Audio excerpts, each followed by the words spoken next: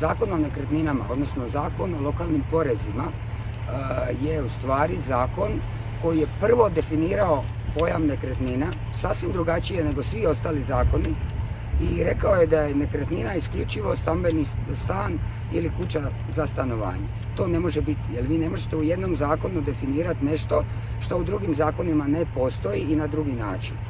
Znači nije usklađen sa drugim zakonima, a ono što je najsmješnije od svega, oni taj porez na nekretnine uvjetuju načinom na koji će svaki čovjek stjecati novce na toj svojoj nekretnini. Znači ako neće stjecati i neće iznajmljivati stan, onda će platiti porez. Ako će ga iznajmljivati dugoročno, onda neće platiti porez. Ako će ga iznajmljivati kratkoročno, onda će platiti porez.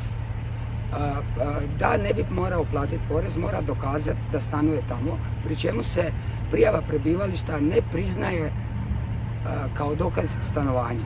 Mi službene druge isprave o dokazu stanovanja praktično nemamo. Ministar Primorac je odbio reći metode na koje će oni ustanovljavati da li neko u stanu stanuje ili ne. Ja ne znam šta misle, pitati susjede, tražiti denuncijante, papige, nemam pojma.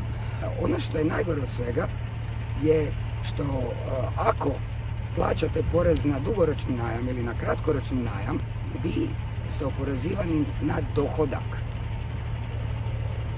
Ako nešto zovemo porez na nekretnine, onda to mora biti porez na nekretninu, a ne na dohodak na nekretninu. A oni upravo porez na nekretninu uvjetuju načinom stjecanja dohotka.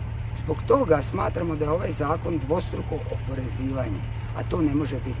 Vi ne možete za jednu te istu stvar dva puta oporezivati. U ovom slučaju se radi o porezu na dohodak koji se upakirao pod nazivom porez na nekretnine. I to je nedopustivo u hrvatskom pravu.